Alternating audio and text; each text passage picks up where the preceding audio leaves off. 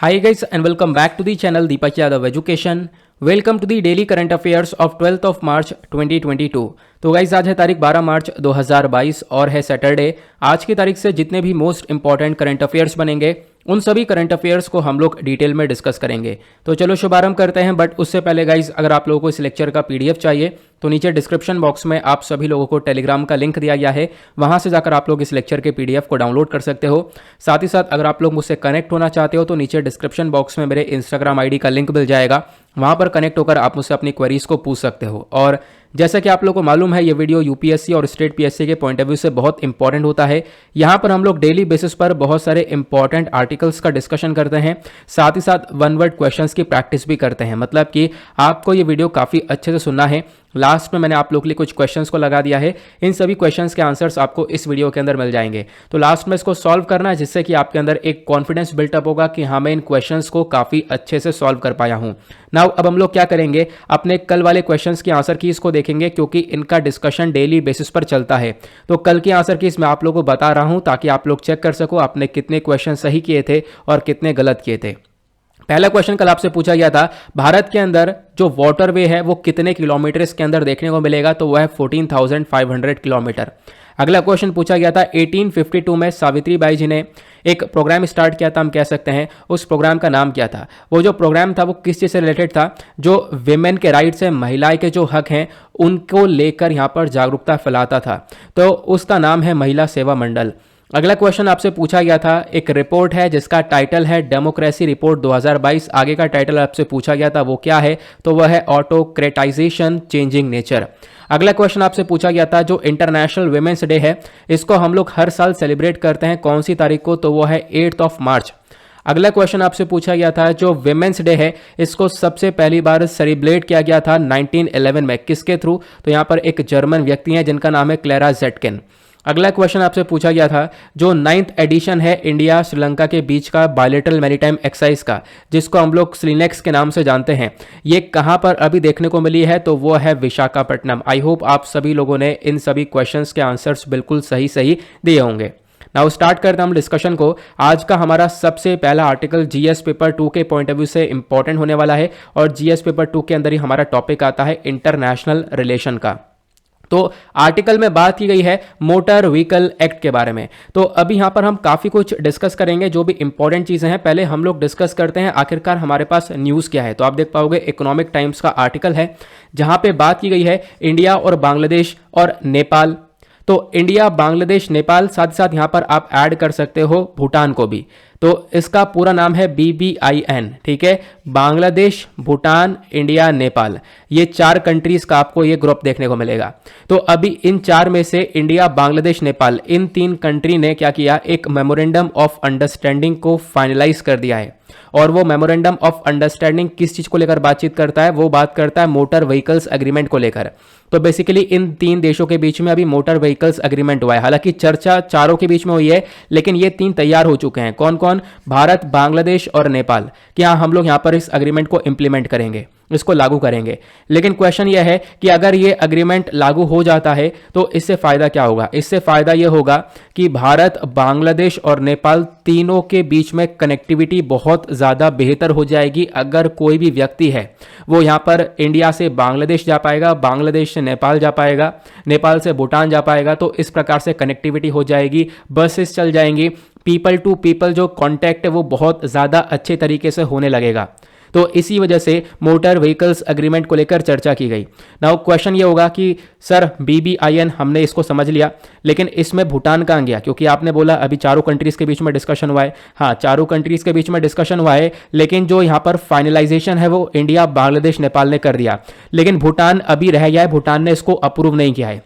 अब भूटान के कुछ कंसर्न्स हैं यहां पर, ठीक है, तो वो कंसर्न्स क्या क्या है मैं आप लोग को उसके बारे में समझाऊंगा। तो मीटिंग का हाइलाइट्स क्या क्या है। पहला पॉइंट यहां पर यह है, इस मीटिंग के अंदर डिस्कस किया गया कि किस प्रकार से हम लोग Bangladesh, Bhutan, India, Nepal motor vehicles agreement को लागू करेंगे। ठीक है, जिसमें क्या होगा, चारों देश के बीच में कनेक्टिविटी को बहुत ज्यादा बढ़ा दिया जाएगा। कनेक्टिविटी बढ़ जाएगी तो इससे क्या होगा, सामान को आराम से इस कंट्री से दूसरे कंट्री में ले जा सकेंगे। प्लस पीपल जो है वो यहां पर एक व्यक्ति इस पर्टिकुलर कंट्री से दूसरे कंट्री के अंदर जा पाएगा, तो पीपल टू पीपल कॉन्टैक्ट भी बढ़ेगा, व्यापार भी बढ़ेगा। ये इसका मेजर मकसद है हमारा। ठीक है, तो फिलहाल उसके बाद ये मैप देखोगे, अच्छा इस पेज को तो मैंने डिलीट कर दिया था, चलो कोई बात नहीं, यहाँ पर रह गया है। तो अगर हम लोग इसको देखें अच्छे से मैप में, तो आपको यहाँ पर देखने को मिलेगा हमारा महान इंडिया। उसके बाद इधर आपको ऊपर नेपाल नजर आ जाएगा, इधर भूटान नजर आ जाएगा, इधर बांग्लादेश नजर आ जाएगा। इनके बीच में कॉरिडोर आपको देखने को मिलता है, जिसको बांग्लादेश भूटान इंडिया नेपाल कॉरिडोर के नाम से जानते हैं। यहाँ पर आप लोग देख पाओगे ये एक कॉरिडोर आपको नजर आएगा। क्लियर हुआ? तो अभी इन्हीं चारों देशों के बीच में कनेक्टिविटी बनाने के बारे में चर्चा की जा रही है। तो अगर ये मोटर व्हीकल एग्रीमेंट हो जाता है पूरी तरह से, तो यहां से गाड़ी निकलेगी इधर नेपाल, नेपाल से इधर भूटान, भूटान से इधर बांग्लादेश। तो आराम से यहां पर ट्रैवल कर सकते हो, आराम से यहां पर सारा सामान इस पर्टिकुलर एरिया से दूसरे पर्टिकुलर एरिया तक पहुंचा सकते हो। क्लियर हुआ? नाउ अब बात करते हैं, क्या ये कोई नया कॉन्सेप्ट है? तो देखो, कोई ये नया कॉन्सेप्ट नहीं है, ये एक पुराना ही कॉन्सेप्ट है। मैं आपको दिखाता हूं यहां पर। अगर हम लोग बात करें, जो ये ओरिजिनल BBIN MVA मतलब मोटर व्हीकल्स एक्ट, जो ये ओरिजिनल वाला था, इसको साइन किया गया था चारों कंट्रीज के थ्रू जून 2015 में। तो मतलब 2015 में ही चर्चा हो गई थी, 2015 में यहां पर अग्रीमेंट साइन हो चुका था। अब इसको लागू करने के बारे में चर्चा कर रहे हैं। तो यहां पर 2015 में भी कुछ ऑब्जेक्शन उठाए थे भूटान ने। भूटान यहां पर भी पीछे रह गया। क्यों? क्योंकि भूटान का जो पार्लियामेंट है, इन्होंने डिसाइड किया हम इस प्लान को आगे नहीं बढ़ाएंगे। जो भूटान के फॉर्मर प्राइम मिनिस्टर, मतलब पहले वाले प्राइम मिनिस्टर हुआ करते थे, तोब्गे शेरिंग, इनकी सरकार ने बोला कि जो बांग्लादेश है, इंडिया है, नेपाल है, आप तीनों लेकर चलो प्रोजेक्ट आगे, हम यहां पर अभी अपना इंप्लीमेंट नहीं करेंगे, हम यहां पर इसको लागू नहीं करेंगे, हम इसमें नहीं आ रहे हैं। तो ऐसा क्या हुआ? भूटान ने ऐसा क्यों बोला? भूटान ने ये बोला कि ऐसा अग्रीमेंट हो जाएगा, कनेक्टिविटी बढ़ जाएगी, तो इससे यहां पर क्या होगा, पोल्यूशन बहुत ज्यादा होगा। और भूटान यहां पर एक कार्बन नेगेटिव कंट्री है, उसकी प्रायोरिटी है कि हम लोग यहां पर कार्बन को और ज्यादा यहां पर कम कर दें। तो बेसिकली क्या होगा, अब पोल्यूशन बढ़ेगा, तो इससे भूटान में भी पोल्यूशन बढ़ता हुआ नजर आएगा। तो 2020 में जो प्राइम मिनिस्टर थे भूटान के, लोटे शेरिंग, इन्होंने यहां पर बोला कि भूटान का जो करंट इंफ्रास्ट्रक्चर है और जो टॉप प्रायोरिटी है वो यही है कि हम लोग कार्बन नेगेटिव कंट्री रहें। ठीक है, हमारे यहां पर जो पोल्यूशन है वो बहुत ज्यादा कम रहे। तो इसी वजह से हम लोग इस अग्रीमेंट को ज्वाइन नहीं कर पा रहे हैं। तो ये यहां पर भूटान का मेजर कंसर्न था। तो अभी जो फाइनलाइजेशन हुआ है इस पूरे प्रोसेस का, यहां पर भी भूटान ने अभी इसको अप्रूव नहीं किया है। आप देख पाओगे, MOU was finalized pending ratification of the MVA by Bhutan. तो भूटान के थ्रू अभी यहां पर प्रॉपरली अप्रूवमेंट अभी मिला नहीं है। क्लियर हुआ? और जो ये मीटिंग हुई है ना, यहां पर भूटान ने एज अ ऑब्जर्वर पार्टिसिपेट किया था। बाकी भूटान, इंडिया, नेपाल तो पार्टिसिपेट कर रहे थे, बातचीत कर रहे थे, लेकिन यहां पर भूटान, बांग्लादेश, यहां पर बांग्लादेश, इंडिया, नेपाल अपना पार्टिसिपेट कर रहे थे। भूटान यहां पर एज अ ऑब्जर्वर कंट्री था, एज अ ऑब्जर्वर यहां पर चीजों को देख रहा था। ठीक है, फिलहाल अभी यहां तक कहानी समझ में आ गई है। चलो आगे बढ़ते हैं। अब क्वेश्चन ये है कि देखो 2015 से ही यहां पर इसको लेकर काफी चर्चा चल रही है। ठीक है, तो क्या किसी ने मदद करी, कोई इंस्टीट्यूशन जो कि मदद कर रहा हो हमारी? तो हाँ बिल्कुल, यहां पर क्या है, अदर इंस्टीट्यूशंस का काफी बड़ा रोल देखने को मिलेगा, जिसमें सबसे पहला इंस्टीट्यूशन आता है एशियन डेवलपमेंट बैंक। पहला क्वेश्चन आपसे, एशियन डेवलपमेंट बैंक का हेडक्वार्टर कौन से देश में देखने को मिलेगा, नीचे कॉमेंट सेक्शन में आपको बताना है। तो ये जो एशियन डेवलपमेंट बैंक है, इनको पता चला कि यार यहाँ पर ऐसा ऐसा हो रहा है, इस तरीके से काम किया जा रहा है, कनेक्टिविटी को बढ़ा रहे हैं। तो इन्होंने यहाँ पर डिसाइड किया कि हम लोग यहाँ पर टेक्निकल और नॉलेज सपोर्ट देंगे इस मीटिंग के अंदर, और पूरी तरह से हम भी कोशिश करेंगे ये जो रोड प्रोजेक्ट है ये यहां पर इंप्लीमेंट हो जाए। इसको भी काफी ऊपर रखा गया।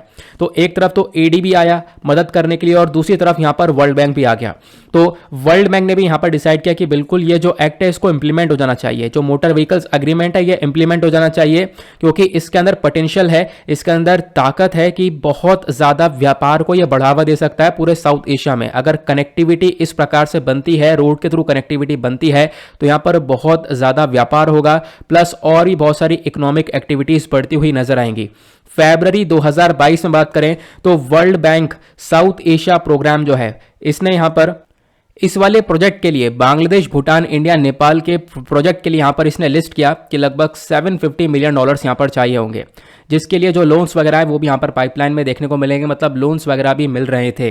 तो बेसिकली यहां पर अदर इंस्टीट्यूशंस का काफी बड़ा रोल है इस पूरे प्रोजेक्ट को लागू करने में। नाउ बात करते हैं, चलो आखिरकार मान लो यहाँ पर ये इंप्लीमेंट हो जाता है, अभी तो बात चली रही है, तो इंप्लीमेंट भी हो जाएगा। नाउ इंप्लीमेंट जैसे ही होता है तो यहाँ पर इसका इंपॉर्टेंस क्या होगा? तो पहला पॉइंट यहां पर निकल कर आता है कि जैसे यहां पर ये इंप्लीमेंट होता है, इससे क्या होगा, जो पैसेंजर हो गया या जो कार्गो हो गया, पीपल टू पीपल कनेक्टिविटी हो गई, ये बहुत ज़्यादा बढ़ जाएगी। मतलब यहां पर ट्रेड, व्यापार, पीपल टू पीपल कनेक्टिविटी और साथ साथ यहां पर आप देख पाओगे जो कार्गो है वो यहां पर इधर से उधर जा सकता है। प्लस जब ये सारी चीजें होंगी तो ऑब्वियस सी बात है इन चारों देशों के बीच में जो कोऑपरेशन है वो अपने आप बहुत ज़्यादा बढ़ जाएगा। चारों कंट्रीज की जो यहां पर दोस्ती है वो और ज़्यादा गहरी हो जाएगी। साथ ही साथ यहां पर क्या होगा, ये प्रमोट करेगा safe, economical, efficient, environmentally sound road transport को। तो यहां पर पूरी तरह से फोकस रहने वाला है कि हम लोग एक सेफ ट्रांसपोर्ट करें, एक दूसरे की कंट्री को हम लोग हेल्प करें और एक दूसरे कंट्री को हम लोग कोऑपरेट करें। फिर उसके बाद क्या है, इन चारों देशों ने मिलकर यहां पर डिसाइड किया कि देखो जैसे ये इंप्लीमेंट होगा इससे यहाँ पर और ही बहुत सारा बेनिफिट मिलेगा, जैसे कि जो चारों कंट्रीज के बीच में क्रॉस बॉर्डर मूवमेंट है वो देखने को मिल जाएगा। अब ऑब्वियस ही बात है क्क्रॉस बॉर्डर मूवमेंट होगा, सामान इधर से उधर जाएगा तो इकोनॉमिक डेवलपमेंट यहाँ पर देखने को मिलेगा। उसके बाद यहाँ पर बताया गया जो रीजनल ट्रेड है, कनेक्टिविटी है वो बढ़ेगा। तो अगेन आप देख पाओगे पूरे न्यूज़पेपर के अंदर जो इकोनॉमिक टाइम्स का न्यूज़पेपर था ये वहीं से कट डाउन करके लगा दिया गया और यहां पर आप देख पा रहे हो वही लाइन बार बार रिपीटेडली देखने को मिलेगी कि हाँ भाई पीपल टू पीपल कनेक्टिविटी और ट्रेड। तो आपको ध्यान रखना है BBIN का जो मेन काम देखने को मिलेगा वो है पीपल टू पीपल कनेक्टिविटी और जो व्यापार है वो और ज्यादा बेहतरीन हो जाएगा। 2 पॉइंट यहां पर अपने दिमाग में बैठाकर रखना है आपको, ठीक है। जो ये मोटर व्हीकल एग्रीमेंट है इसको 2015 के अंदर साइन कर दिया गया था, ठीक है। यहां पर आप लोगों ने इसको देख लिया, इधर आपको इंडिया देखने को मिलेगा, ऊपर नेपाल है, इधर भूटान है और नीचे बांग्लादेश है। अब ये पिक्चर मैंने क्यों लगाया है, इस पिक्चर के अंदर आपको और भी बहुत सारे प्रोजेक्ट्स देखने को मिलेंगे जो कि इन चारों कंट्री को कनेक्ट करने के बारे में चर्चा करते हैं या फिर इस एरिया के कनेक्टिविटी के बारे में चर्चा करते हैं जहां पर भारत का एक बहुत बड़ा रोल है। आपने इस BBIN के बारे में तो सुन लिया है, इसके अलावा और कौन कौन से हैं, तो कालाधन मल्टी मॉडल प्रोजेक्ट है, उसके बाद यहां पर आपको ये ट्राइलेटरल हाईवे देखने को मिलेगा, फिर उसके बाद BCIM कॉरिडोर देखने को मिलेगा। कहोगे थोड़ा सा डिटेल में बता दो, चलो एक एक करके डिटेल में डिस्कस करेंगे। तो और भी बहुत सारे कनेक्टिविटी इनिशिएटिव्स है जहां पर भारत का बहुत बड़ा रोल है। तो BBIN से हटकर बात कर रहे हैं, आपको ये पता चल गया है इसका बड़ा रोल क्या है, प्लस यहां कहां पर कनेक्टिविटी आपने इसको समझ लिया। लेकिन अभी हम जो बात कर रहे हैं, ये जो पिक्चर आप लोग देख पा रहे हो ये एक दूसरी कनेक्टिविटी है, इसको हम लोग बोलते हैं BCIM कॉरिडोर। BCIM कॉरिडोर का मतलब यहां पर है बांग्लादेश, चाइना, इंडिया और म्यांमार।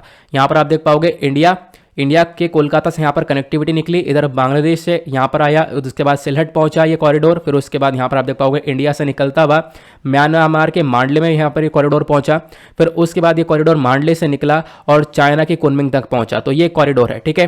तो एक कनेक्टिविटी इनिशिएटिव आपको ये देखने को मिलेगा BBIN के अलावा। तो ये तो यहाँ पर पहला हो गया, ये आप दूसरा हो गया। तीसरा कौन सा है, तीसरा है ट्राइलेटरल हाईवे। अब ट्राइलेटरल हाईवे क्या है, तो यहां पर आप देख पाओगे अगेन इंडिया आपको देखने को मिलेगा, ठीक है, इधर आपको म्यांमार देखने को मिलेगा, इधर थाईलैंड देखने को मिलेगा। तो इंडिया से यहां पर ये अगेन ऐसा हाईवे निकलता है, इधर म्यांमार में पहुंचता है मांडले में, फिर उसके बाद आगे यहां पर यांगोन पहुंचा, फिर उसके बाद यहां पर आप देख पाओगे इस तरीके से थाईलैंड पहुंच जाता है, ठीक है। तो ये बेसिकली क्या है, ये है एक India Myanmar Thailand trilateral highway, ठीक है। तो ये दूसरी कनेक्टिविटी है। उसके बाद नेक्स्ट कनेक्टिविटी के बारे में बात करें तो ये आता है कालाधन मल्टी मॉडल प्रोजेक्ट। ये क्या है, तो यहां पर भी इंडिया का बहुत बड़ा रोल है। मैं आपको वही चीजें बता रहा हूं जहां पर इंडिया का एक बहुत बड़ा रोल देखने को मिलेगा।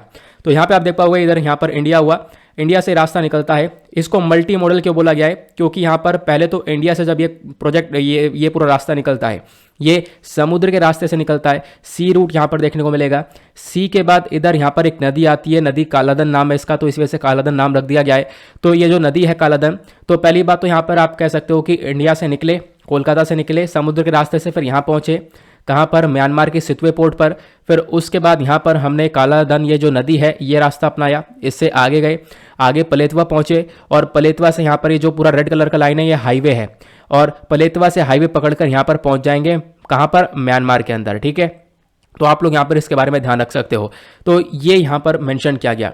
तो ये कालाधन मल्टी मॉडल क्यों है, मल्टी मॉडल क्यों बोला गया, क्योंकि यहां पर समुद्र का रास्ता भी है, नदी का रास्ता भी है और उसके बाद यहां पर आपको हाईवे भी देखने को मिलेगा। तो ये कुछ अदर प्रोजेक्ट्स है, तो मैंने यहां पर अलग से बताए हैं। BBIN के अलावा भी यहां पर और भी काफी सारे प्रोजेक्ट्स आज के टाइम पर आपको इस पर्टिकुलर एरिया के अंदर देखने को मिल जाते हैं। क्लियर हुआ? आई होप आपको आर्टिकल बहुत ही अच्छी तरीके से क्लियर हो गया है और भी इनिशिएटिव्स आप लोगों ने यहाँ पर इसके अंदर जान लिए हैं। करना क्या है, फटाफट वीडियो को लाइक करना है और आज का टारगेट रखा है 2K+ लाइक्स का, तो यहाँ पर करके ही जाना। आगे आते हैं अगले आर्टिकल पर। नेक्स्ट आर्टिकल काफी इंपॉर्टेंट होने वाला है, जीएस पेपर 3 से आप रिलेट कर सकते हो, और जीएस पेपर 3 हमारा मतलब इंपॉर्टेंट है, खासकर उसमें सबसे इंपॉर्टेंट पॉइंट कौन सा आता है, वो आता है एनवायरमेंट का। चलो, आर्टिकल बहुत जबरदस्त है, बहुत चर्चा में रहता है, इसके ऊपर यूपीएससी ऑलरेडी क्वेश्चन पूछ भी चुका है। तो यहाँ पे बात की गई है जो कोरल रीफ्स है हमारे वो डिग्रेड हो रहे हैं, कोरल रीफ्स हमारे खत्म हो रहे हैं, कोरल रीफ्स को एक बहुत बड़ा खतरा पहुंच रहा है। तो डिस्कस करेंगे आखिरकार कोरल रीफ्स होते क्या हैं। तो पहली बात तो ये न्यूज में क्यों है, डाउन टू अर्थ का आर्टिकल, और Down to Earth one of the most important source है हमारे करंट अफेयर के लिए। यहाँ पर आप देख पाओगे आईपीसीसी की रिपोर्ट। आईपीसीसी क्या है, तो वो है inter governmental panel on climate change. अभी मैंने आपको इसके बारे में बताया भी था रिसेंटली, छठी यहाँ पर इसकी रिपोर्ट देखने को मिली है। इस रिपोर्ट का सेकंड पार्ट आया है, हमने डिटेल से उसको डिस्कस किया था। तो इस रिपोर्ट ने यहाँ पर बताया जो डिग्रेडेशन है प्लस लॉस है कोरल रीफ्स का, उसकी वजह से लगभग 4.5 मिलियन पीपल यहां पर अफेक्ट हो सकते हैं, ऐसा यहां पर मेंशन किया गया। तो कोरल रीफ्स बेसिकली यहां पर काफी खतरे में देखने को मिलेंगे, ये यहां पर बताया जा रहा है। और कोरल रीफ्स के ऊपर काफी सारी चीजें डिपेंडेंट भी हैं, डिस्कस करेंगे क्या होता है सब कुछ अच्छे से। पहली चीज यहां पर अच्छे से इसको देख लो, समुद्र के अंदर आपको ये कलरफुल चीजें दिख रही होंगी, ये सब यहां पर कोरल रीफ ही कहलाती है। डिस्कस करेंगे आखिरकार कोरल रीफ होता क्या है, डोंट वरी। पहली चीज तो यहां पर क्या है, इस रिपोर्ट ने बोला आईपीसीसी की कि भाई यहां पर कोरल रीफ को खतरा है। तो पहले हम लोग जान लेते हैं इस रिपोर्ट की हाइलाइट्स को। इस रिपोर्ट ने पहला पॉइंट यहां पर मेंशन किया कि आज के टाइम पर जो ये समुद्र के अंदर कोरल रीफ देखने को मिलती है कलरफुल, ये बर्बाद क्यों हो रही है, इसके पीछे का रीजन है ग्लोबल वार्मिंग। मतलब कि लगातार पोल्यूशन हो रहा है, कार्बन रिलीज हो रहा है एनवायरमेंट में, कार्बन रिलीज हो रहा है, गर्मी बढ़ रही है। अब गर्मी बढ़ने की वजह से क्या होता है, ये जो कोरल रीफ हैं ये बर्बाद हो जाते हैं, क्योंकि ये कोरल रीफ ज़्यादा टेम्परेचर सह नहीं पाते, तो इसकी वजह से ये डिस्ट्रॉय हो रहे हैं। साथ ही साथ यहाँ पर एक सबसे बड़ा एक्टिविटी देखने को मिलेगा जिसको हम लोग बोलते हैं एंथ्रोपोजेनिक एक्टिविटीज़, मतलब मानव की कुछ ऐसी हरकतें हैं जिसकी वजह से भी यहाँ पर ये कोरल रीफ पूरी तरह से डैमेज होता हुआ जा रहा है।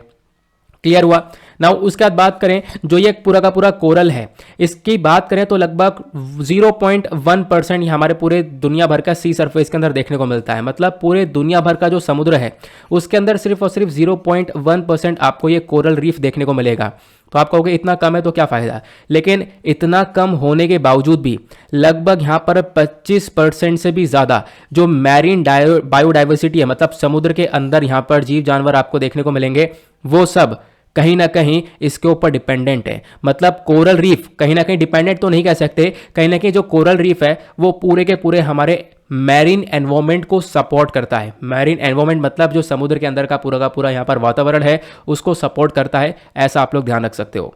और सबसे बड़ा खतरा यहाँ पर कोरल रीफ को होता है हाई टेम्परेचर की वजह से। जैसे गर्मी बढ़ती है यहाँ पर कोरल रीफ डैमेज होना चालू हो जाती हैं। उसके बाद अगर हम देखें तो क्लाइमेट चेंज एक one of the most important factor हुआ, साथ ही साथ यहाँ पर ह्यूमन एक्टिविटीज हो गई, वो मैंने आपको बताया। अब उसके बाद बात करते हैं आखिरकार कारण क्या है। तो कारण आपसे पूछा जाए या फिर मेंस में जब आप लोग आंसर लिखो तो यहाँ पर आप लोग 2 पॉइंट जरूर लिख सकते हो, ठीक है। 2 पॉइंट जो कि मैं आपको ऑलरेडी बता चुका हूँ। ये जो कोरल रीफ है ये क्यों मर रहे हैं, ये इनके मरने का पीछे यहाँ पर रीजन यह है कि लगातार एनवायरमेंटल स्ट्रेस पड़ रहा है, लगातार एनवायरमेंटल पोल्यूशन बहुत ज़्यादा हो रहा है, कार्बन बहुत ज़्यादा रिलीज हो रहा है, ग्लोबल वार्मिंग बहुत ज़्यादा बढ़ रही है, इसकी वजह से रीफ डैमेज हो रहे हैं। दूसरा यहाँ पर रीजन आपको देखने को मिलेगा, जो ये कोरल ग्रोथ है ये यहाँ पर बोली जा रही है कम हो रही है। क्यों? क्योंकि ह्यूमन एक्टिविटीज़, कुछ यहाँ पर ऐसी मानव की हरकतें हैं, कुछ ऐसा पोल्यूशन, वाटर पोल्यूशन, हर जगह पर पोल्यूशन आपको देखने को मिलेगा जिसकी वजह से भी यहाँ पर एक कोरल रीफ डैमेज हो रही हैं, ठीक है। तो ये आपको लिखना है जब भी यहाँ पर कोरल रीफ को लेकर कोई सिचुएशन आती है। तो नाउ क्वेश्चन ये है कि अगर कोरल रीफ ये खत्म हो रही है तो इसका इम्पैक्ट क्या पड़ेगा। देखो इम्पैक्ट इसका काफ़ी बुरा पड़ने वाला है। क्यों? क्योंकि बहुत सारी चीज़ें समुद्र के जो अंदर हैं, ठीक है, वो सब यहाँ पर डिपेंडेंट है किसके ऊपर, कोरल रीफ के ऊपर। जो हमारा पूरा का पूरा कोस्टल हैबिटेट है एशिया का, वो बहुत बड़ा आपको देखने को मिलेगा। और क्लाइमेट चेंज का जो ये इम्पैक्ट है, मतलब टेम्परेचर वगैरह जो इंक्रीज हो रहा है, ये यहाँ पर डेफिनेटली एक बहुत बड़ा इम्पैक्ट डालने वाला है आने वाले टाइम पर। खासकर बताया गया कि जो टेम्परेचर बढ़ रहा है इसकी वजह से ना केवल कोरल रीफ, बहुत सारा मैरीन हमारा कोस्टल सिस्टम डैमेज हो रहा है। और फिर उसके बाद पैथोनिक एविडेंस बहुत ज़्यादा देखने को मिलता है। मतलब कि अगर हम लोग देखें तो ऐसे बैक्टीरिया, वायरस और कुछ माइक्रो ऑर्गेनिजम्स जो कि यहाँ पर डिजीज़ को क्रिएट करते हैं, जिनकी वजह से यहाँ पर काफ़ी सारी बीमारियाँ हो जाती हैं, उसकी वजह से भी हम देख पा रहे हैं कोरल कम्युनिटी काफ़ी हद तक हमारी डिक्लाइन हो रही है। तो ये सारी बातें यहाँ पर कहाँ पर बताई गई इस रिपोर्ट के अंदर, तो इसको आपको ध्यान रखना है। आईपीसीसी की रिपोर्ट ने ये सारी इन्फॉर्मेशन हमें दी है। क्लियर हुआ? आगे चलते हैं, फिर उसके बाद और देखते हैं क्या है। तो ये हमने डिस्कस किया। बाकी कोरल रीफ्स आखिरकार होते क्या हैं, अब मेन टॉपिक पर आते हैं। देखो, कोरल रीफ यहाँ पर एक अंडर वाटर इकोसिस्टम, मतलब समुद्र के अंदर आपको यहाँ पर ये देखने को मिलेगा। एक प्रकार से आप जानवर भी समझ सकते हो। नाउ कोरल रीफ यहाँ पर फॉर्म होता है, मतलब हज़ारों साल लग जाते हैं इसको बनने में। और जो ये हर एक कोरल रीफ होता है, ये यहाँ पर छोटे छोटे एनिमल से बनता है, जिसको हम लोग पॉलिप्स बोलते हैं। तो आपको ध्यान रखना है, कोरल रीफ्स यहाँ पर किससे बनते हैं? पॉलिप्स से बनते हैं, ठीक है। और यहाँ पर क्या है, बहुत टाइम लग जाता है इन कोरल रीफ्स को बनते बनते। और इनफैक्ट यहाँ पर एक ही जगह पर आपको ये रुके हुए देखने को मिलेंगे। और इनका बहुत ज़्यादा महत्व होता है हमारे पूरे मैरीन इकोसिस्टम के लिए। खासकर एक सबसे बड़ा पॉइंट मैं आपको बता दूं, जो कि इस वाले डाउन टू अर्थ के आर्टिकल के अंदर मेंशन नहीं था, वो यहाँ पर यह है कि जो कोरल रीफ्स है ये CO2 को एब्जॉर्ब करता है, ठीक है। अब CO2 को एब्जॉर्ब नहीं करेगा तो यहाँ पर क्या होगा, पानी के अंदर CO2 की मात्रा बढ़ जाएगी और फिर यहाँ पर क्या होगा, जो जानवर हैं वो यहाँ पर मरते हुए नजर आएंगे। तो इनको एब्जॉर्ब करने में भी बहुत ज़्यादा मदद करता है, ठीक है। और ये मैंने आपको बता दिया, जो कोरल रीफ है ये बनता है छोटे छोटे एनिमल से, जिसको हम लोग पॉलिप बोलते हैं। और जो हर एक पॉलिप होता है ये कैल्शियम कार्बोनेट को प्रोड्यूस करता है, ठीक है। तो आपको ध्यान रखना है, CO2 को एब्जॉर्ब करता है और कैल्शियम कार्बोनेट को सीक्रीट करने का काम करता है ये कोरल रीफ। और यहाँ पर और क्या इसका महत्व देखने को मिल जाएगा, तो ये जो कोरल पॉलिप है ये एक इंडो सिम्बायोटिक रिलेशनशिप के अंदर रहते हैं। क्वेश्चन ये है, ये इंडो सिम्बायोटिक होता क्या है? देखो यहाँ पर ये सिम्बायोटिक रिलेशनशिप एक ऐसा होता है जहाँ पर एक ऑर्गेनिज्म किसी दूसरे के अंदर रहता है। तो बेसिकली यहाँ पर क्या होता है, जो एल्गाई है, यानी कि जो ये पूरा का पूरा हमारा कोरल रीफ होता है, इस कोरल रीफ को कहाँ से एनर्जी मिलती है? तो वो मिलती है एल्गाई से, ठीक है। जो हमारी काई है उससे यहाँ पर एनर्जी मिलती है, ये आपको ध्यान रखना है, ठीक है। तो एक यहाँ पर एक एंडो सिम्बायोटिक एक रिलेशन देखने को मिलता है। तो सिम्बायोटिक रिलेशन क्या होता है? जहाँ पर एक ऑर्गेनिज्म किसी दूसरे के अंदर रहता हो, ठीक है। इसको हम लोग बोलते हैं एंडो सिम्बायोसिस, भी यहाँ पर इसको बोला जाता है। आगे बात करते हैं, जो कोरल रीफ है ये कितने टेम्परेचर में रुक पाता है? तो ये सब अगर हम लोग देखें तो जो टेम्परेचर है, अगर 20 डिग्री सेल्सियस से कम हो जाए, मान लो यहाँ पर इस समुद्र वाला एरिया है, यहाँ पर 20 डिग्री सेल्सियस से कम हो जाए टेम्परेचर, तो यहाँ पर कोरल रीफ नहीं रह पाएगा, ठीक है। ये डैमेज हो जाएगा। साथ साथ बोला गया, जो ज़्यादातर फेवरेबल टेम्परेचर है, मतलब कि ऐसा टेम्परेचर जहाँ पर कोरल रीफ को वो टेम्परेचर की ज़रूरत है, उतना टेम्परेचर चाहिए, और वो एक फेवरेबल टेम्परेचर है, एक सूटेबल टेम्परेचर है, वो यहाँ पर देखने को मिलता है 23 डिग्री सेल्सियस से लेकर 25 डिग्री सेल्सियस के बीच में। साथ साथ बोला गया, जो ये टेम्परेचर है वो देखो इतना कम भी होना नहीं चाहिए, मतलब कि 20 डिग्री सेल्सियस से कम भी नहीं होना चाहिए, और 35 डिग्री सेल्सियस से ज़्यादा भी नहीं होना चाहिए, क्योंकि इससे ज़्यादा होगा तब भी यहाँ पर कोरल रीफ डैमेज हो जाएगा। तो इसके लिए कौन सा टेम्परेचर सही रहेगा? 23 डिग्री से लेकर 25 डिग्री सेल्सियस के बीच का।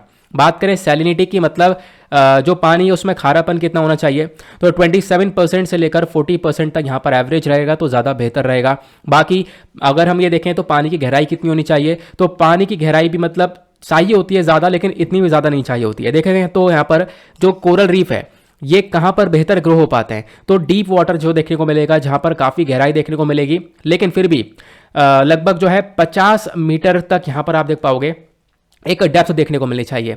जो डेप्थ है किसकी, 50 मीटर से कम तो होनी नहीं चाहिए। अगर 50 मीटर से कम होगी गहराई तो वहाँ पर कोरल रीफ प्रॉपर सर्वाइव नहीं कर पाएगा।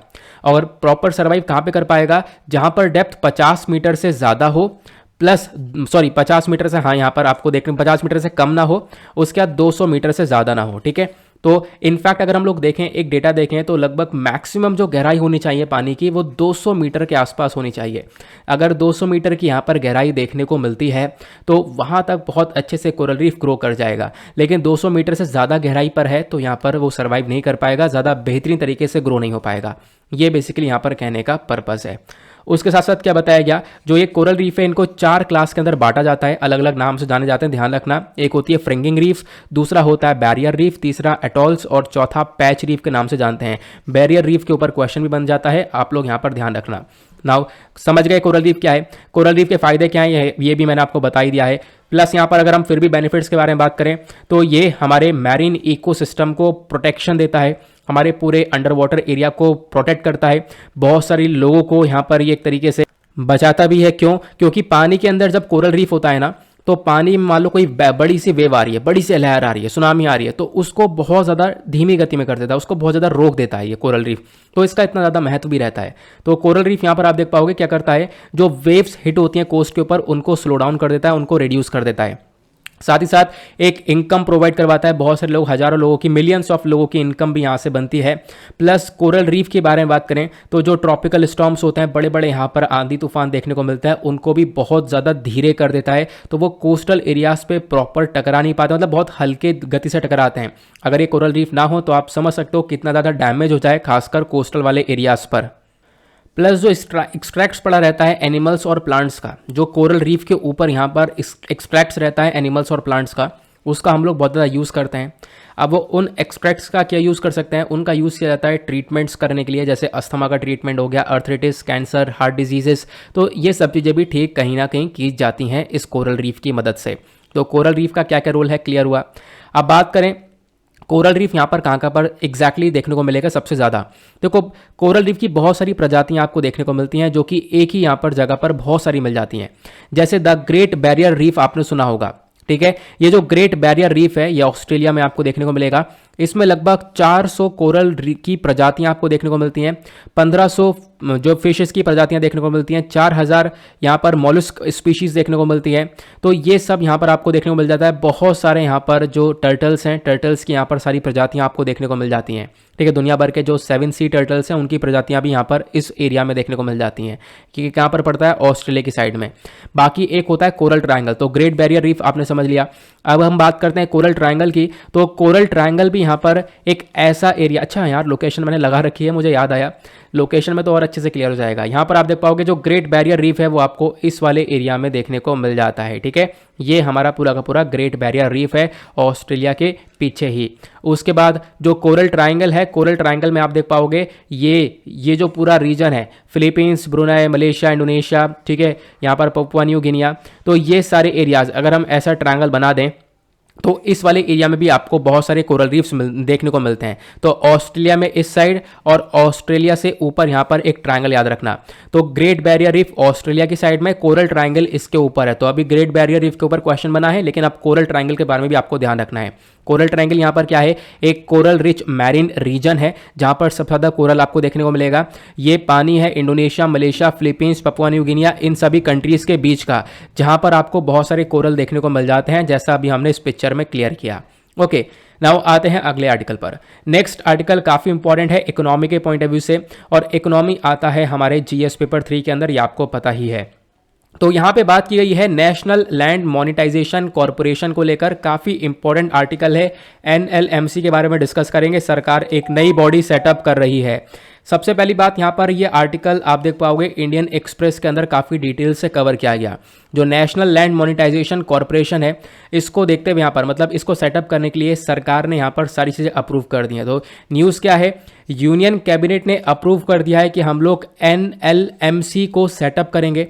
ये क्यों सेटअप करेंगे, ताकि जो सरकार के पास सरप्लस लैंड और बिल्डिंग पड़ी है, मतलब एक्स्ट्रा कुछ ज़मीन पड़ी है, बिल्डिंग्स पड़ी हुई हैं, तो उनको यहाँ पर क्या किया जाएगा, उनको कुछ टाइम के लिए प्राइवेट सेक्टर को दे दिया जाएगा, ठीक है। तो वहाँ से हम लोग क्या कर सकते हैं, उनको मोनेटाइज कर सकते हैं, मतलब उनसे पैसा कमा सकते हैं। एक तरीके से आपने डिसइन्वेस्टमेंट सुना होगा, ठीक है। कुछ सामान यहाँ पर बेच दिया जाएगा, उससे पैसा सरकार के पास आ जाएगा।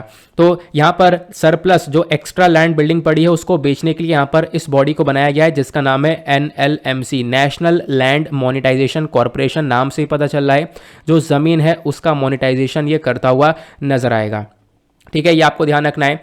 एनएलएमसी की बात करते हैं तो यहाँ पर एक तरीके से क्या होगा, एक ऐसी बॉडी होगी जो कि अपने आप सारा काम देखेगी, ठीक है। जो भी लैंड होगी, मान लो सरकार की लैंड है यहाँ पर, या फिर बिल्डिंग्स हैं, कोई भी एसेट्स है, ठीक है, जो भी हमारा सेंट्रल पब्लिक सेक्टर एंटरप्राइज है, इनका जो भी एसेट्स जो भी देखने को मिलेगा, उन सबको बेचने के लिए एनएलएमसी वर्क करेगा।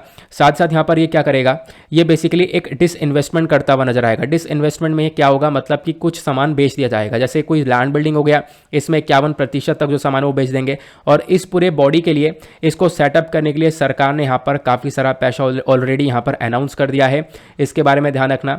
बाकी ये बहुत इंपॉर्टेंट है, देखो जो मेजर पॉइंट है वो ये है कि NLMC की जब हम बात करते हैं इसके अंदर कौन कौन देखने को मिलेगा, कौन कौन डायरेक्टर, बोर्ड ऑफ डायरेक्टर, इसका पूरा कॉम्पोजिशन स्ट्रक्चर क्या होने वाला है, ये बहुत इंपॉर्टेंट पॉइंट है। बाकी ये ध्यान रखना जो ये NLMC है ये यहाँ पर पूरी तरह से जो हमारी गवर्नमेंट ऑफ इंडिया है वो यहाँ पर ओन करेगी, और इसी में यहाँ पर हमने स्टार्टिंग में एक ऑथोराइज शेयर कैपिटल देखने को मिला है 5,000 करोड़ रुपए का। ऑथोराइज्ड कैपिटल यहाँ पर एक मैक्सिमम वैल्यू होती है शेयर की, हमारी किसी भी कोई भी कंपनी है उसके शेयर की मैक्सिमम वैल्यू यहाँ पर कहलाती है। उसके बाद यहाँ पर अगर हम लोग बात करें जो पेड अप शेयर कैपिटल इसके अंदर देखने को मिलेगा वो 150 करोड़ रुपए का है। पेड अप शेयर कैपिटल क्या, तो पेड अप कैपिटल यहाँ पर एक अमाउंट होता है जो कि एक्चुअली पे किया जाता है शेयर होल्डर्स के थ्रू कंपनी के अंदर में, ठीक है, तो इसको ध्यान रखना। तो इसके थ्रू यहाँ पर इस बॉडी की स्टार्टिंग हुई। नाउ मेन पॉइंट पर आए तो कॉम्पोजिशन में देखें तो बोर्ड ऑफ डायरेक्टर्स जो हैं NLMC के ये यहाँ पर देखने को मिलेंगे। इसमें कौन कौन होगा, एक सीनियर सेंट्रल गवर्नमेंट ऑफिसर होंगे, साथ ही साथ यहाँ पर कुछ एक्सपर्ट्स देखने को मिलेंगे जो कि यहाँ पर इस पूरे कंपनी को मैनेज करने में मदद करेंगे। साथ ही साथ यहाँ पर एक चेयरमैन देखने को मिलेगा, नॉन गवर्नमेंटल डायरेक्टर्स भी देखने को मिलेंगे NLMC के, जिनको अपॉइंट किया जाएगा एक मेरिट बेस्ड सिलेक्शन प्रोसेस के थ्रू। नाउ ये जो NLMC है ये यहाँ पर एक ऑर्गेनाइजेशन होगी जहाँ पर अगर हम लोग बात करें तो बहुत कम स्टाफ होगा लेकिन फुल टाइम स्टाफ होगा, जिनको डायरेक्टली हायर करने वाले मार्केट से कॉन्ट्रैक्ट के बेसिस के ऊपर इनको हायर किया जाएगा। फ्लेक्सिबिलिटी वगैरह सब कुछ प्रोवाइड करवाई जाएगी इन बोर्ड ऑफ डायरेक्टर्स को, इन सब को, और खासकर फ्लेक्सिबिलिटी इस कैटेगरी के अंदर मिलेगी इस बॉडी को कि ये लोग यहाँ पर प्राइवेट सेक्टर से किसी भी प्रोफेशनल को हायर कर सकते हैं, पे कर सकते हैं, तो ये सारी पावर्स NLMC के अंदर देखने को मिलेंगी। तो NLMC का कॉम्पोजिशन क्या है ये तो आपने समझ लिया, प्लस इसका वर्क क्या है आपने समझ लिया, फंक्शन यहाँ पर क्या करेगा वही यहाँ पर इसका वर्क है। तो NLMC बेसिकली एडवाइस करेगा, हमारी सरकार को सपोर्ट करेगा, ठीक है, और यहाँ पर पता लगाएगा कि कौन कौन सा एक्स्ट्रा ज़मीन पड़ी हुई है, कौन कौन सी एक्स्ट्रा यहाँ पर बिल्डिंग्स पड़ी हुई हैं, कौन कौन से एक्स्ट्रा एसेट्स हैं, उन एसेट्स को उठाएगा और उनको यहाँ पर डिसइन्वेस्ट कर दिया जाएगा, ठीक है, या फिर अगर हम लोग कह सकते हैं तो उनको मोनेटाइज कर दिया जाएगा, उनसे कहीं ना कहीं पैसा ले लिया जाएगा, कमा लिया जाएगा, उनको यहाँ पर लीज पर दे दिया जाएगा, किराए पर दे दिया जाएगा। मान लो कोई सामान है, कोई यहाँ पर लैंड है, उसको किराए पर किसी चीज़ के लिए दे दिया, उससे पैसा आ रहा है, इतने साल के लिए यहाँ पर अप्रूव करवा दिया है, तो ये सारी चीज़ें यहाँ पर देखने को मिलेंगी। नाउ ये जो NLMC है ये बेसिकली यहाँ पर काम करने वाला है जहाँ पर हर एक सारा का सारा रिकॉर्ड रखा हुआ होगा, ठीक है, और एक तरीके से सरकार को एडवाइस देगा कि सरकार को यहाँ पर किस प्रकार से ये एसेट मोनेटाइजेशन प्रोग्राम को इम्प्लीमेंट करना है।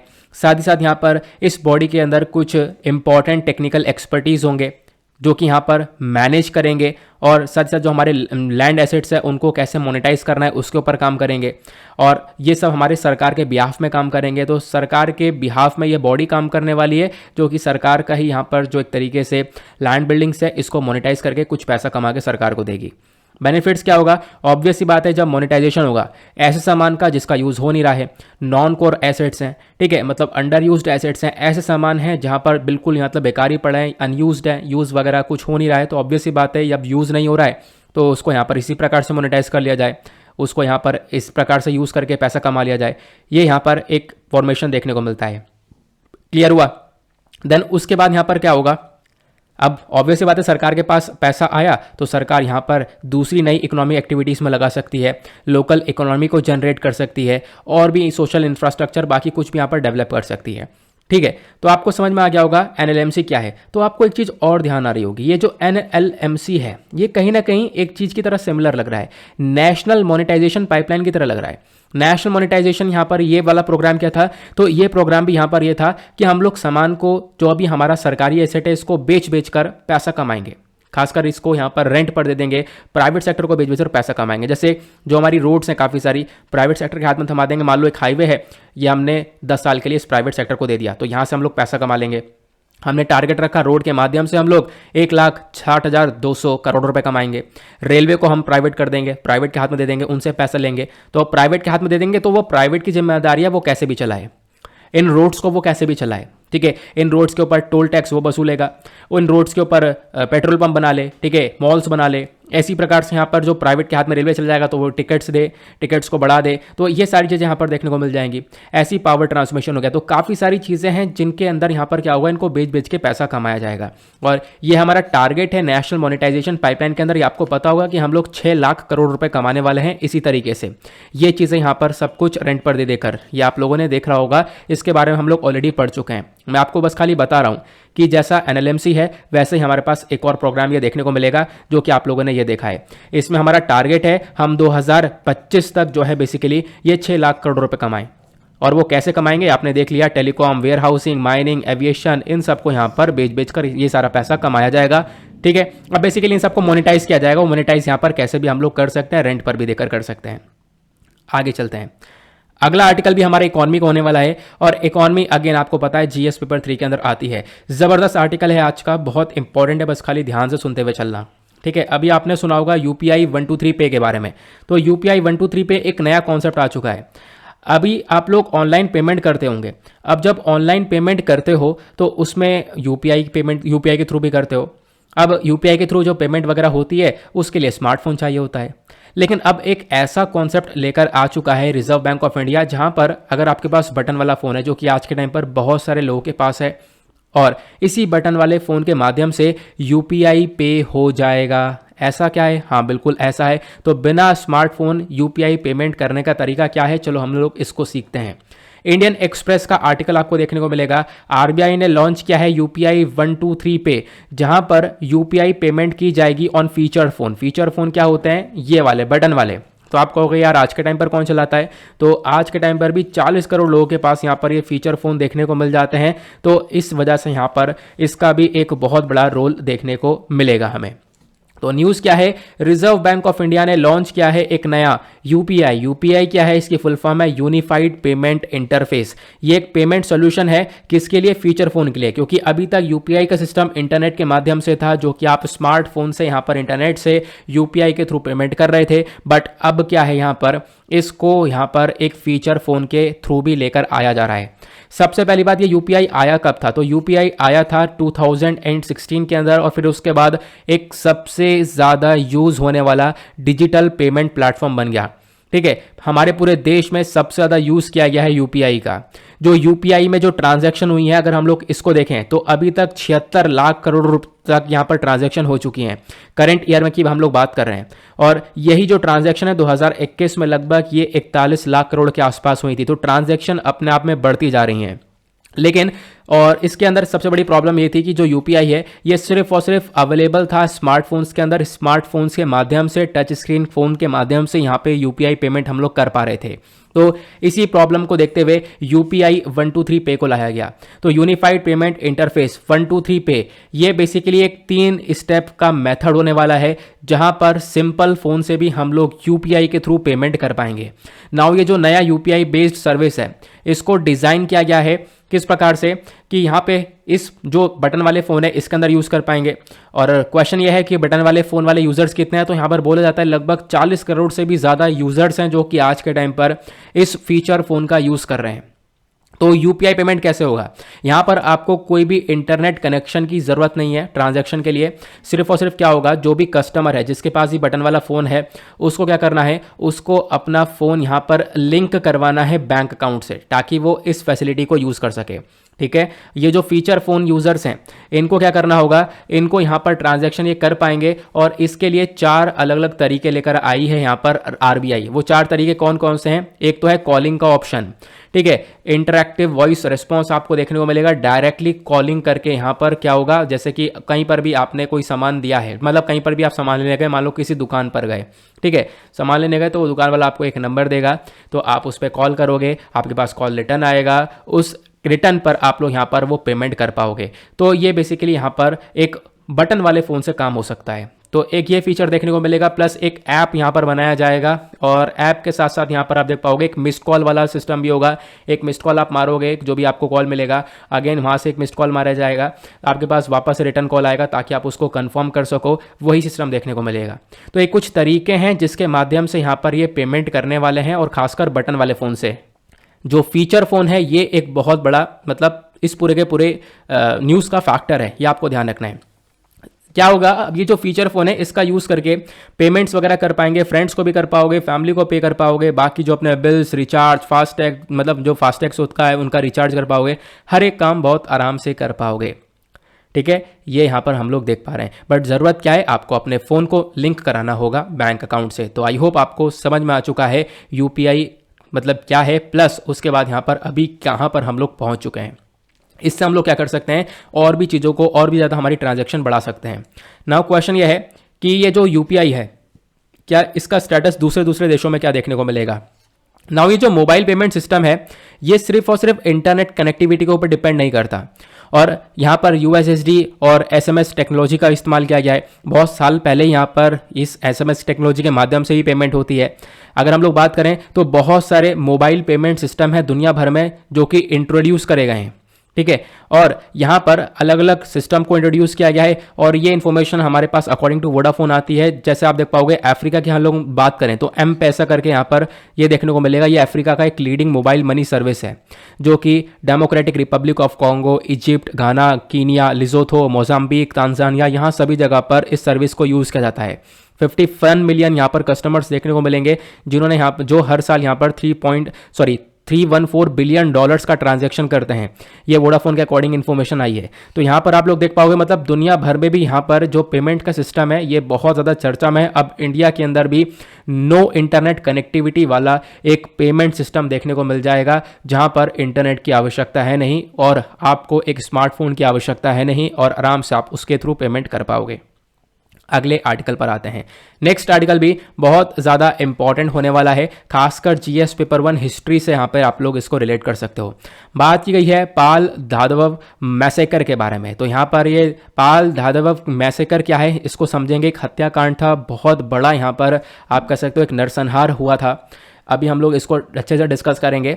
तो आपने जलियांवाला बाग मैसेकर के बारे में सुना होगा। तो यहाँ पर गुजरात सरकार बोलती है कि जलियांवाला बाग मैसेकर से भी बड़ा ये मैसेकर था। ठीक है, आप देख पाओगे इंडियन एक्सप्रेस का ये आर्टिकल एक्सप्लेन सेक्शन पर यहाँ पर इसको डिटेल से समझाया गया कि पाल धादवव मैसेकर क्या है। ठीक है, तो यहाँ पर क्या हुआ है, अभी गुजरात सरकार ने रिसेंटली इसके 100 साल पूरे होते हुए यहाँ पर इसको मार्क किया है। मतलब 100 साल पूरे हो चुके हैं इस पूरे के पूरे किलिंग को, और इसी वजह से यहाँ पर बोला जा रहा है, चर्चा में है ये। और साथ साथ यहाँ पर क्या हुआ, बताया गया कि ये जो कहीं ना कहीं जलियांवाला बाग वाले इंसिडेंट से सबसे बड़ा इंसिडेंट देखने को मिल जाता है। आखिरकार हुआ क्या था इसको समझते हैं। आपको पता होगा 26 जनवरी पर जब यहाँ पर परेड होती है, झांकियाँ निकलती हैं, तो उसमें यहाँ पर गुजरात ने इसी प्रकार की झांकी निकाली थी अब की बार।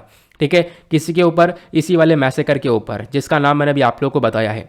नाउ ये जो मैसेकर है, जो पूरा हत्याकांड है, हुआ कब था, 7 मार्च 1922 में हुआ था। ये जो पाल चैतेरिया एंड धदवाव विलेज आपको देखने को मिलेगा, कहाँ पर, आज के टाइम पर प्रेजेंट टाइम में गुजरात में है, वहाँ पर यहाँ पर ये पूरा ये हत्याकांड हुआ था। नाउ कुछ विलेजर्स थे जो कि इन गांव से बिलोंग करते थे, ये सब यहाँ पर हेर नदी के किनारे इकट्ठे हुए। ठीक है, इन सब को यहाँ पर एक तरीके से लीड कर रहे थे, तो वो एक थे, नाम उनका है मोतीलाल तेजावत। ठीक है, जो मोतीलाल तेजावत दी थे वो यहाँ पर आपको इन ट्राइबल्स के नेता देखने को मिलते थे, और ये यहाँ पर इन सबको लीड कर रहे थे। नाउ एक मूवमेंट चल रहा था, यानी कि लोग इकट्ठे हुए थे, प्रोटेस्ट कर रहे थे, प्रदर्शन कर रहे थे, किसी के अगेंस्ट में, लैंड रेवेन्यू टैक्स के उनमें। ठीक है, जमीन के ऊपर यहाँ पर कुछ कर को वसीला जाता था, टैक्स लिया जाता था ब्रिटिशर्स के थ्रू। तो यहाँ पर उनके अगेंस्ट में ये प्रोटेस्ट चल रहा था। अब मतलब जो फार्मर्स वगैरह है उनके ऊपर खूब सारा टैक्स वगैरह चार्ज किया जाता था, जिसको हम लोग लगान के नाम से भी जानते हैं। तो क्या हुआ, ये सब यहाँ पे इकट्ठे हुए प्रोटेस्ट कर रहे थे। अब ब्रिटिश पैरामिलिट्री फोर्स यहाँ पर क्या होती है, जो यहाँ पर तेजावत जी हैं इनको ढूंढती है, और यहाँ पर सुनती है कि भाई लोग इकट्ठे हुए हैं, सब लोग प्रोटेस्ट कर रहे हैं। ठीक है, सब यहाँ पर इकट्ठे हो गए साथ में, ऐसा उनको पता चलता है। तो यहाँ पर ये पहुँचते हैं, वो वहाँ पर ब्रिटिशर्स पहुँचते हैं और इनके ऊपर ओपन फायर करते हैं। जैसे जलियांवाला बाग में ओपन फायर हुआ था, तो वैसे यहाँ पर भी ओपन फायर की जाती है, और बताया जाता है कि लगभग 1000 के आसपास, 1000 से जो 1200 ट्राइबल्स हैं, जो भिल्स हैं, वो कहीं ना कहीं इसी पूरे के पूरे मैसेकर के अंदर मारे गए थे। तो अपने आप में एक बहुत बड़ा ये हत्याकांड रहा। और रिमेंबरेंस के तौर पर अगर हम लोग देखें तो गुजरात सरकार ने यहाँ पर ऑलरेडी बताया कि ये बहुत ज़्यादा खतरनाक रहा, बहुत ज़्यादा निर्दयी तरीके से यहाँ पर मारा गया, और साथ साथ जलियांवाला बाग मैसेकर से भी ज़्यादा डेंजरस मैसेकर यहाँ पर ये देखने को मिलता है, उससे भी बड़ा यहाँ पर नरसंहार देखने को मिलता है। आई होप आपको सारे आर्टिकल काफ़ी अच्छे से क्लियर हो चुके हैं। आज के हमने अपने करंट अफेयर के सेशन में हमने इकोनॉमी, इंटरनेशनल रिलेशन, उसके बाद हिस्ट्री, फिर यहाँ पर एनवायरमेंट, सभी टॉपिक के आर्टिकल्स को कवर किए हैं जो कि चर्चा में रहता है। आई होप आपको मज़ा आ गया होगा और फटाफट वीडियो आप लोग लाइक करना है अगर आप लोग लाइक नहीं किया है तो। फटाफट क्वेश्चन को देख लेते हैं। अगर आप लोगों ने वीडियो सही से सुना है तो इन क्वेश्चन को सॉल्व कर पाओगे। पहला क्वेश्चन, जो हर एक कोरल रीफ है वो यहाँ पर छोटे छोटे प्लांट से बनता है, छोटे छोटे एनिमल से बनता है, उनको हम लोग क्या बोलते हैं? तो कोरल रीफ को एक और नाम से यहाँ पर जाना जाता है, आप लोग वो नाम बताना, ठीक है। अगला क्वेश्चन यहाँ पर पूछा जाता है, Malaysia, Philippines, Papua New Guinea, Indonesia, यहाँ पर जो देश हैं सारे, ऑस्ट्रेलिया के ऊपर जो आपको ये सारे देश देखने को मिलेंगे, इन सब वाटर्स के अंदर यहाँ पर मतलब इनके आसपास जो भी पानी है, समुद्र है, वहां पर बहुत ज़्यादा मात्रा में कोरल पाया जाता है। लेकिन उस एरिया को हम लोग किस नाम से जानते हैं, आप लोगों को नीचे कमेंट सेक्शन में बताना है। अभी हमने डिस्कस किया था।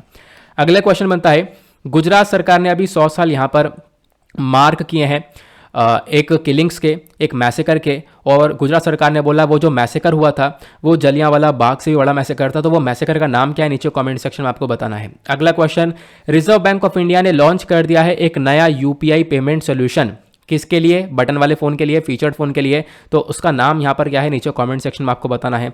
अगला क्वेश्चन, यूनियन कैबिनेट ने अप्रूव ये कर दिया है कि यहाँ पर हम लोग क्या करेंगे, बेसिकली सेटअप करेंगे। अब यहाँ पर क्या है, सेटअप कर दिया गया है, एक बॉडी को बनाया गया है। वो बॉडी क्या करेगी, वो यहाँ पर सरकारी जो ज़मीन है, जो एक्स्ट्रा ज़मीन बिल्डिंग्स हैं, उनको यहाँ पर मोनेटाइज करेगी, उनको यहाँ पर एक तरीके से उनसे पैसा कमाएगी। अगला क्वेश्चन, जो 9th एडिशन ऑफ, अरे ये कौन सा क्वेश्चन आ गया, अच्छा ये मतलब ये पहले वाला क्वेश्चन लगा रह गया, चलो कोई बात नहीं, क्या है देखते हैं। जो नवा एडिशन है इंडिया और श्रीलंका के बायलैटरल मैरीटाइम एक्सरसाइज का, जिसको हम लोग बोलते हैं सिलिनेक्स, यह भी रिसेंटली कहाँ पर हुआ है, चलो इसको भी बता देना ये कहाँ पे हुआ है। ये परसों वाला क्वेश्चन वापस से आ चुका है। इन सभी क्वेश्चंस के आंसर्स मैंने आपको आगे यहाँ पे प्रोवाइड करवा दिए हैं, चाहो तो आप लोग यहाँ से चेकआउट कर सकते हो, अदरवाइज यहाँ पर खुद सॉल्व करते हो तो बहुत ज़्यादा अच्छा रहने वाला है। बाकी यहाँ पर इसी के साथ हम लोग करेंगे अपने लेक्चर को समाप्त। मिलते हैं आप लोगों से नेक्स्ट वीडियो में। आज के लिए bye bye, have a nice day, thank you and जय हिंद।